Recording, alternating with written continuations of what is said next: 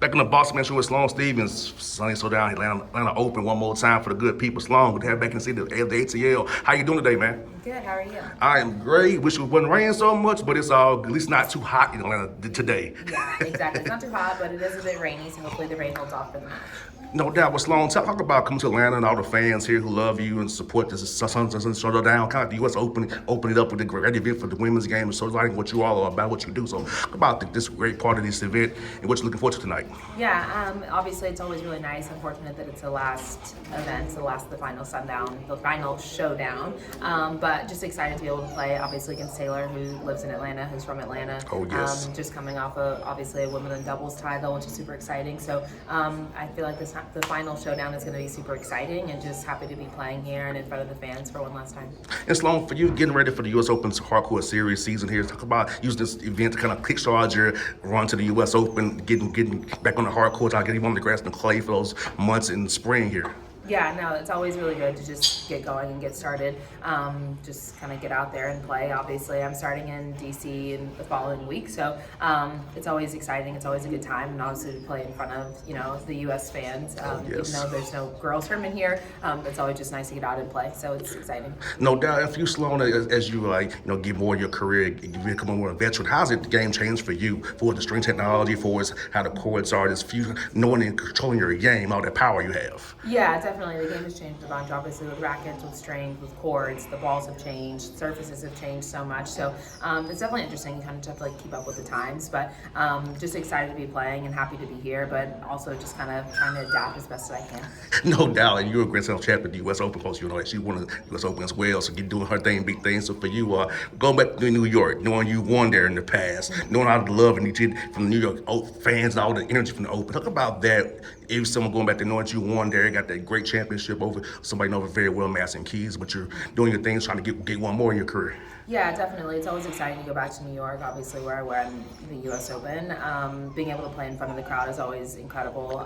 Probably one of the most special events I play all year long. Obviously, as an American, having won the U.S. Open is always just really nice to play there, and it's always nice to be back there. So really looking forward to it, obviously, and hopefully can get a little closer this year. Now, Sloane, for those who haven't been to the U.S. Open and played in Arthur Ashe Stadium, talk about the energy of it for you as a player, them being behind, just at a whole ambiance of even doing a point. You might hear people talking, it's loud. So talk about that fun, that unique thing of the U.S. Open. Yeah, definitely. Obviously, it's always loud. It's always obviously one of the biggest sporting events in the whole entire world, which is incredible. But to be able to play and experience it, play on Arthur Ashe, with everything going on, it's always loud. It's always exciting. It's always very hectic. There's fans. There's people. It's like there's always a lot going on.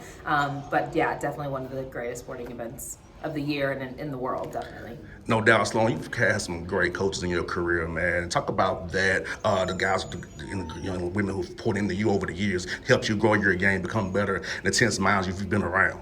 Yeah, definitely. I've had some of the best coaches in the world, and just really grateful. I learned something from everyone that I've worked with, and I think that over the course of your career, you meet incredible people and individuals, and some may not have coached you, but have just been in your corner and supported you, and I think that's also, it takes a village, right? So everyone that's contributing to you winning or contributing to just being around and being helpful in some sort of way is super helpful, and all the coaches I've had, I can say that I've definitely learned something from every one of them and taken things into my career and used that for my entire career, so that's really nice. And Sloane, I got two more for you. Talk about having a lot of younger black kids like me and you playing the game of tennis, seeing you and Taylor, Francis Tiafoe, Christian Eubanks, Ben Shelton, down on the line of young black individuals playing tennis, and seeing how the Vince Serena and Merrill Washington, those people before us, helped grow the game, make it where it's vogue and cool to play tennis now, and it's something we can do successfully. Yeah, definitely. Obviously, tennis wasn't like the number one pick sport. It's obviously a very hard entry-level sport, but I think now that it's cooler per se, and we have, Madison and Francis and Coco and Ben, I think it's just definitely a more well-rounded sport, and people of color have really taken interest in it, which is awesome. And I think that obviously the more that we can encourage kids of color to play tennis, the more we'll find more Ben Sheltons and Coco Gauffs and Madison Keys and Venus and Serenas of the world, and I think that's really important. And to be me to say that I played the smallest role in that, just by playing and representing and being a good role model is super important. Last one for you, commentary. I know I'm in the media, been in the media 15 years. So after your career, talk about getting in the commentary, how you're very comfortable with your words, and how the experience you had doing commentary, how maybe doing it after you complete playing.